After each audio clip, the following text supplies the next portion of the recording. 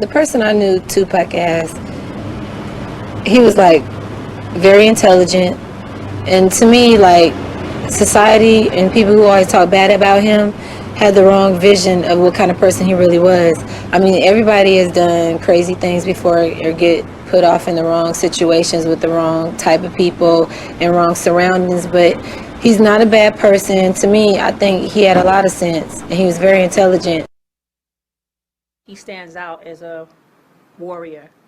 He was always, I guess, fighting for a cause of freedom, you know, I guess to get free on the outside when, you know, in reality, the freedom is inside, and he was just dealing with so much.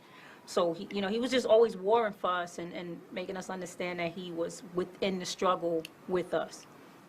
Now we're going to go into a video from the late, great Tupac featuring JoJo and Casey. This song is incredible. I bumped it when it first came out, and I still bump it to this day. Pac, I will miss you, but you'll always be here. Check it out. Tupac was an old soul, an old spiritual soul, knowing things, having the wisdom of someone having been here for 70 years that was shoved into this crazy 17-year-old body. She used to tell me, yeah, but I'm not your typical 23-year-old. And after I knew him for 2 or 3 years, he used to say, put that in the legacy. Write that down in the legacy. And I thought, boy, this ain't no legacy. And it was.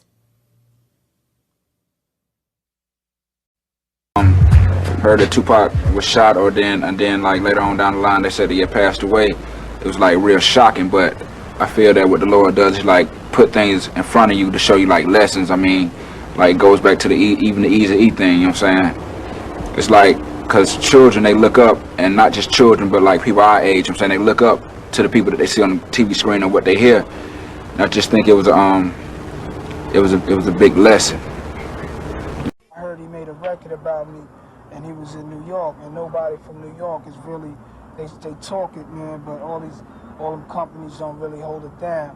And what happened was, you know what I mean, he was in my town, so, you know, me and my crew was there, so we stepped to them, him and Suge, and, you know, we wanted them to tell us what was up, you know what I mean, because we like this guy's music, but he can't be in my town dissing me. Right. So what happened was we went to him and stepped to him, and the brother was like, nah, I'm from New York, man. Me and you, Nas, we like this. Don't never let nothing come between us.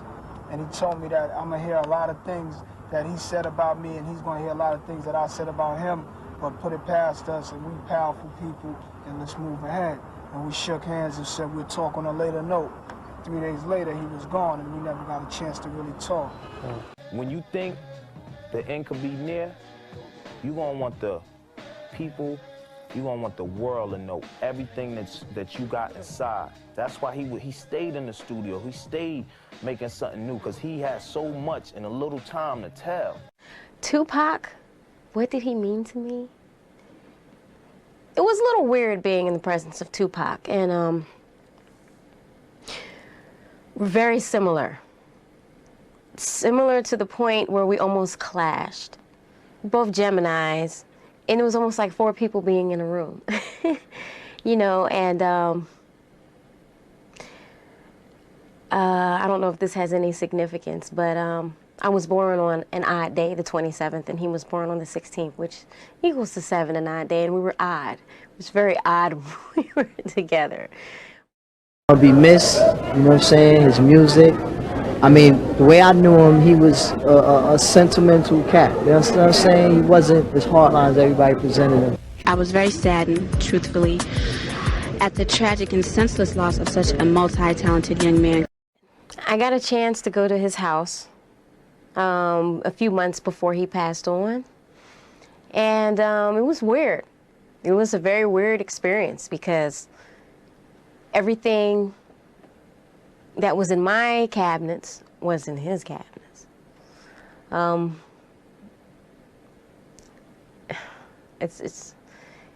down to the seasonings in the kitchen, you know, the types of food that we ate, the pot set, the chairs that we sat in.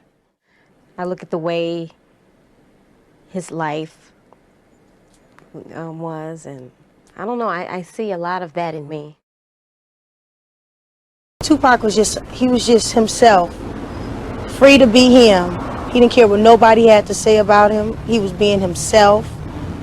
He was a sweet person, a kind person, but nobody could change his mind about the lyrics he wanted to write or the image he wanted to portray. He was just the person he wanted to be. He showed love to everybody he met. I don't care who they was, where they was from. East Coast, West Coast, wherever. You know what I mean? We had in Morning Till I Join You, damn, I wish they would have known how much you love New York. And then after he passed, it was like, I wish he would have seen how much New York loved him. Notorious ain't dead. Tupac ain't dead. They exist within me. You know, well, see, when the odd so-called, they came to me and they said, Dirty, wake up, yo, man. I said, well, look, come on in. So they're not dead. They live with me now. You know, they right here. My name is, that's why they call me Osiris the Father now. You know, because I went to the next dimension. You know, I already mastered all the human lessons. I had to leave that alone. You know what I mean? I had to go, you know, to the other dimension where it's all thought. You know, you know, we call it the land of nobody. You know, so Tupac is right here, and Big Small's right here. They're just on my shoulders. You just got to see them. They're there. Do you think that those kinds of killings will go on? Well, if it does, then it does. Hey, that's life. See, life and death is the same. Them killings been going on since day one. It's just people ain't recognize it till it happened to somebody famous, you know? We've been crying out since fucking day one, man. Somebody famous? Come on, man. Malcolm You know what I'm X? saying? Word. Who else? You want me to name about 1,000 of them? Jesus? Come on, man. My man Case. Ain't nobody cry when my man got blamed. You know what I'm saying? It's like, it goes on and on. You know how many Biggie Smalls and Tupacs there is out there, man? That fell victim. You know, we was brought up in a system that didn't give a fuck about us. That's why we live in the conditions that we live in. And then as we get older, it's like our black sisters get a better chance than we do. And my people, because they're so threatened by us, man. I'm not crazy at all, okay? Everybody always saying that Dirty is crazy. Dirty is not crazy at all. Dirty just foresee a lot that a lot of people don't foresee. We met at Baltimore School of the Arts. It was the first day, and he came over to me and introduced himself. And in high school, Pac was a little funny looking.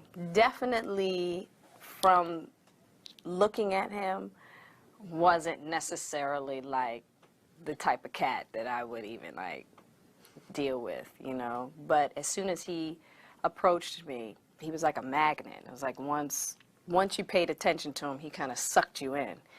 And we hit it off from that moment on. He would tell me all the time, Jada, you're going to be a star. You know what I mean? I'm like, Pac, come on. He's like, you're going to be a star.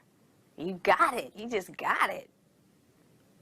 I don't think either one of us really thought that we would have made it in the way that we did. But we knew we were going to do something.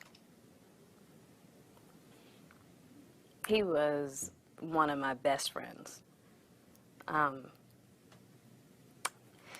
He was like a brother. And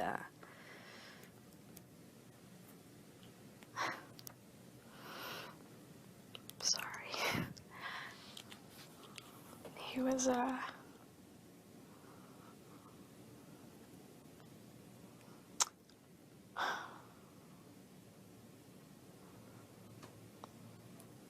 mean, it was beyond friendship for us, you know, as far as just,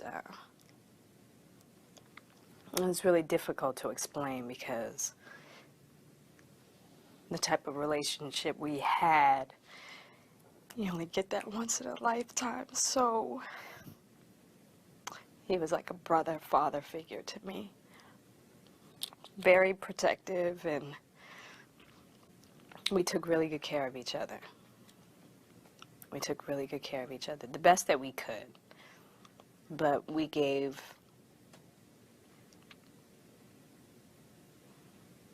each other a lot. Tupac loved Death Row. Tupac loved me, I loved him. You'd ask Tupac that question, that was he planning on leaving Death Row, he definitely would cuss you out. Tupac was one of the first people to break Hollywood and do movies and whatever, sell 5 million records. It's hard for rap artists to do that, especially with it being his 3rd or 4th album. I think it's his 3rd album. But what I'm saying, it's hard to do your 3rd album and sell 5 million joints. If you in this rap game, you know what I'm talking about, you understand what I'm saying? And it's hard to get into movies and be a good actor at this, you know what I'm saying? I just think overall we lost one of the best artists in this little rap game it is. He been everywhere. He lived in New York, Oakland, here, there. He had so many stories. He had so many, you know what I mean? Everybody else was from one hood.